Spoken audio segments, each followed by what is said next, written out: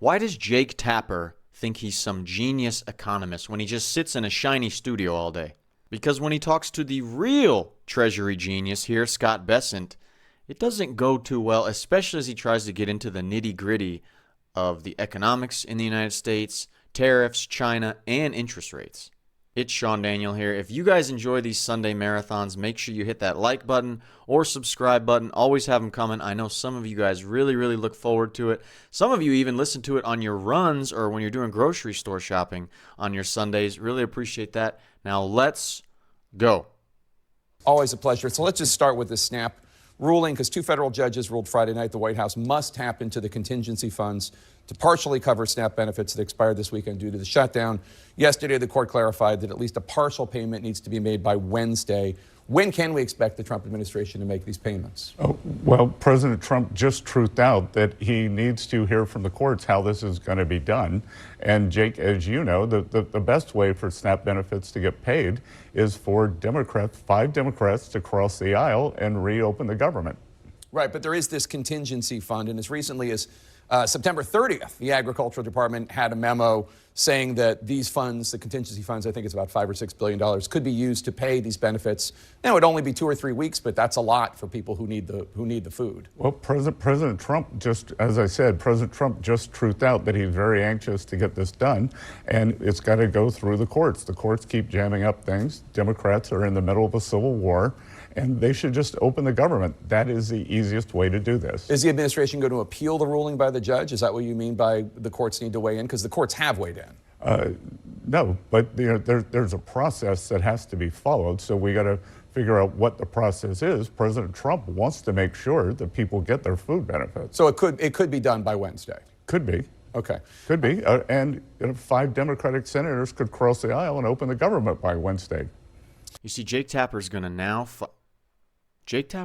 going to fight for a partial passing, a partial funding of these things for the SNAP benefits, and not for these Democrats to actually vote to open the government. 5 Democrat senators to come across the aisle and say, you know what, I don't need to negotiate for healthcare stuff. We just need to open the government and get people paid.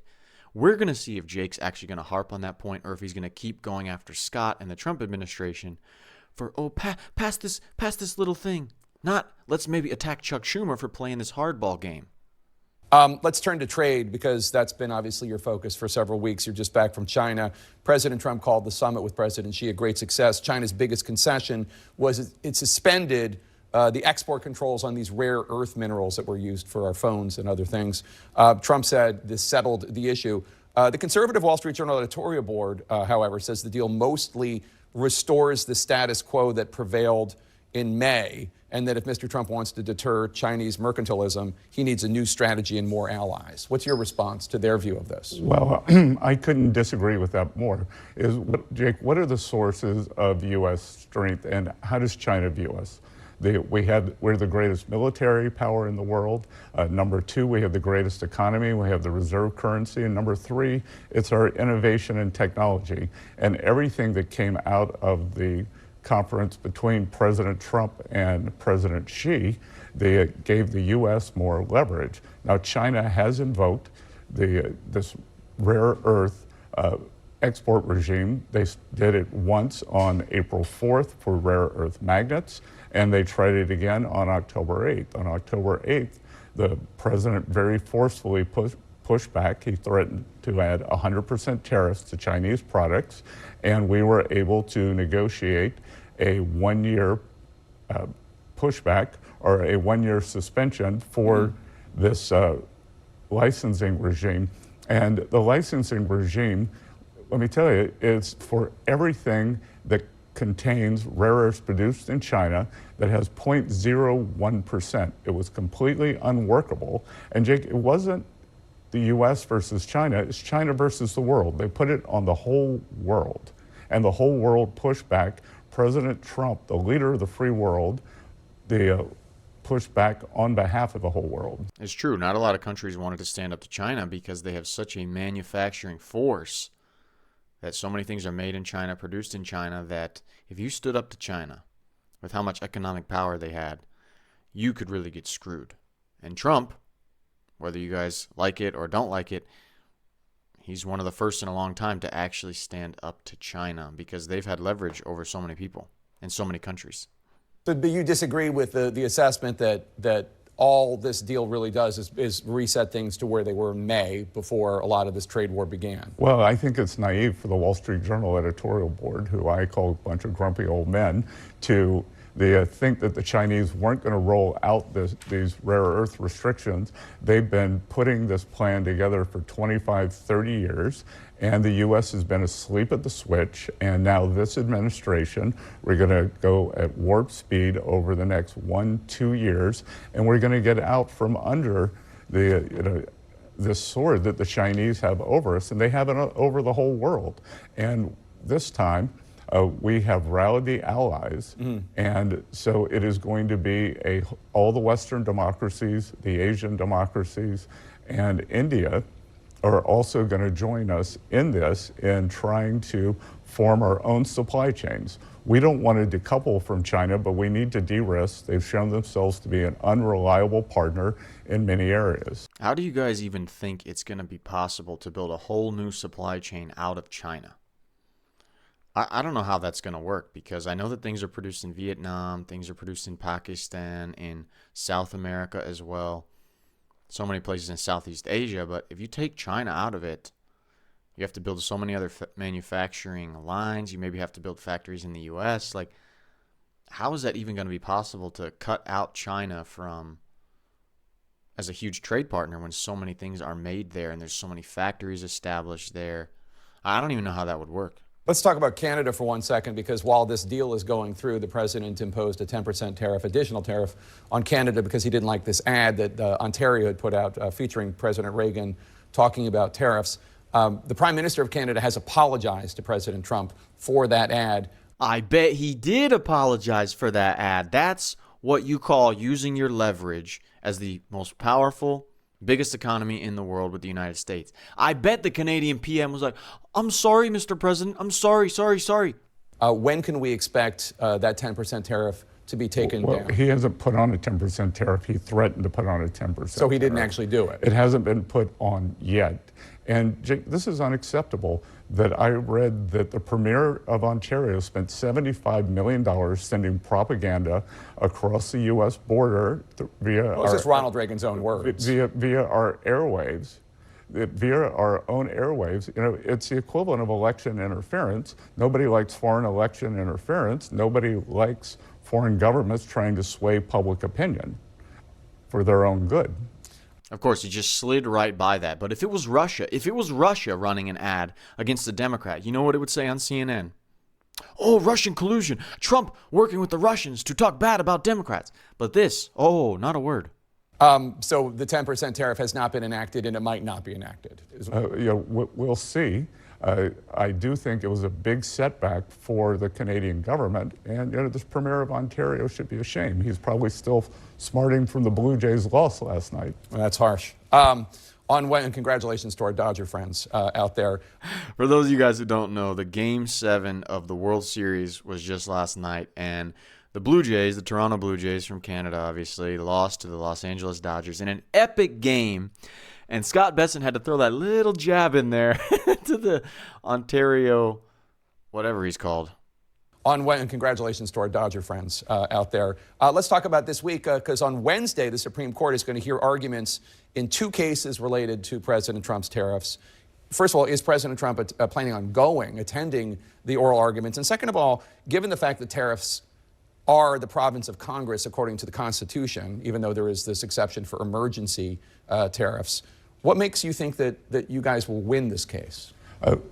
Because the president is implementing the tariffs under an emergency authority, and I actually think that the Chinese actions on October 8th by threatening the entire world with rare earth export controls that could have slowed down or shut down the Western manufacturing system by the threatening 100% tariffs under the IEEPA authority, the president was able to get the Chinese to delay this. So if that's not an emergency, I don't know what is. But Jake, if we look back to the spring, the president put 20% fentanyl tariffs on China. and now brought China to the table. They are going to make an earnest effort to stop sending precursor drugs to North America, killing hundreds of thousands of Americans every year. And if the fentanyl deaths are not an emergency, I don't know what is. So he is using these powers under an emergency act, and those are all emergencies. Is President Trump going to be at the court on Wednesday? I haven't seen his schedule. You haven't seen his schedule. Are you going to be there? Sorry? Are you going to go? I'm not planning on going. You're not planning on going. China was really going to put on that massive tariff to try to slow down the entire Western production of these rare earth minerals. Wow. And I don't know the full scope of how much fentanyl comes from China. I've heard a lot of different reports. But for them to put a 20% fentanyl tariff, first of all, that's insane to think about that being exported and brought into the United States. That is, if you guys can give me some more info in the comments, if you know just how much is exported out of China and into the U.S., that would be awesome. I can look it up later with my boy ChatGPT. But the fact they had to put a tariff on it, what does that tell you about how much must be coming from China? President Obama is out on the campaign trail, and not surprisingly, he's been pretty critical of President Trump. Take a listen. He has been focused on some critical issues like paving over the Rose Garden so folks don't get mud on their shoes, and building a $300 million ballroom. And if you don't get an invitation to the next White House shindig, you can always watch the festivities on Trump's live feed on Truth Social.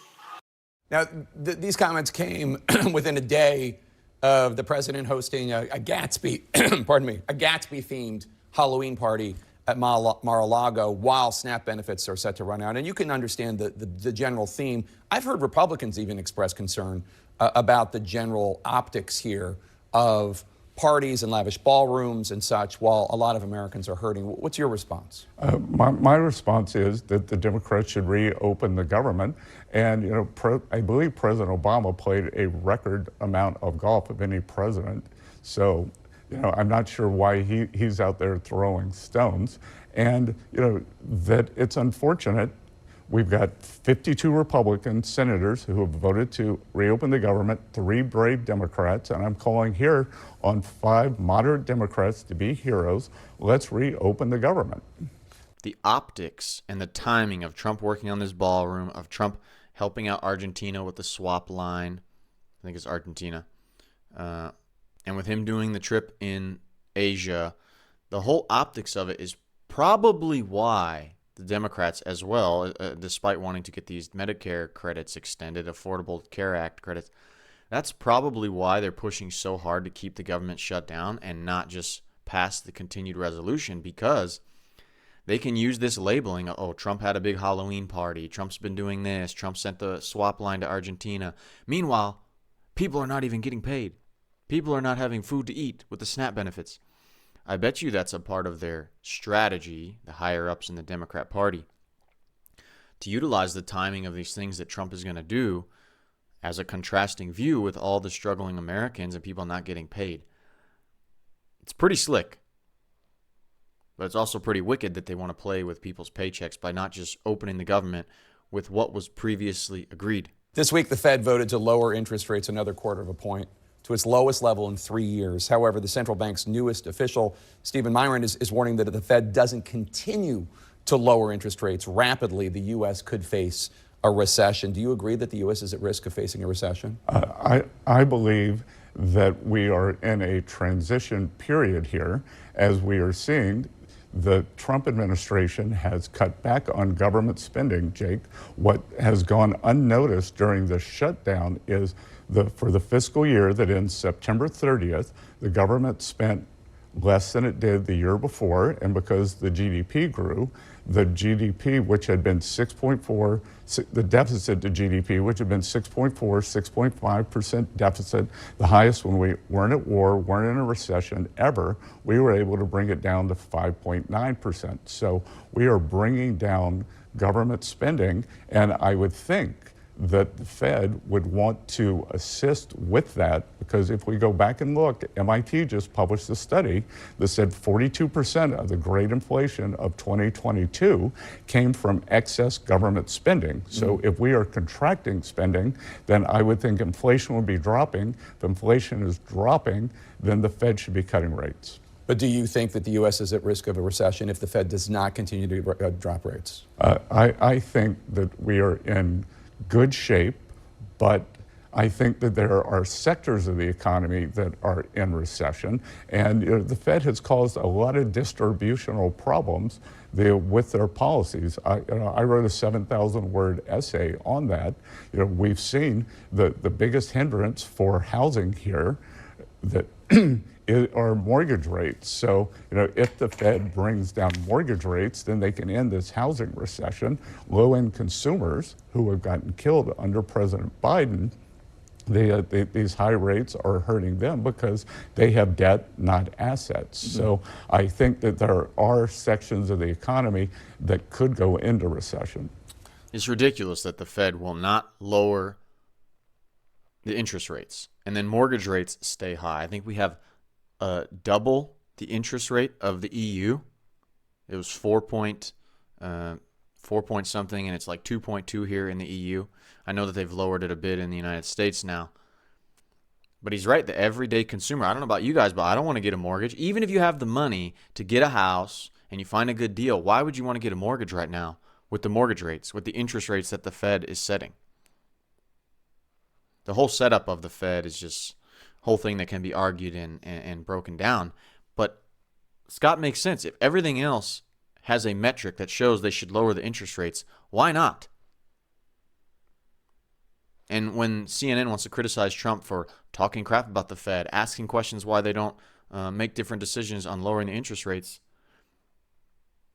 it's ridiculous because we have all these other metrics in the economy and the other worldwide interest rates that show us they should be coming down. I don't think it's going to come down anytime soon because they just want to fight against Trump. They can't have that many wins for Trump. They can't have all these other things be going on and interest rates drop to 50% of what they were before Trump came in power.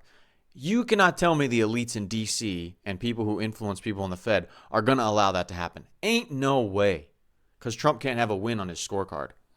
It's SeanDaniel here. Thank you so much for starting off this Sunday marathon with me. If you want to continue it and looking at Hakeem Jeffries, who looks sick and sounds sick when you listen to the words that come out of his mouth, check out this video right here. I think Jake Tapper is going to press him on this government shutdown, and we can listen to Barack Obama, Hakeem Jeffries. I'll see you there.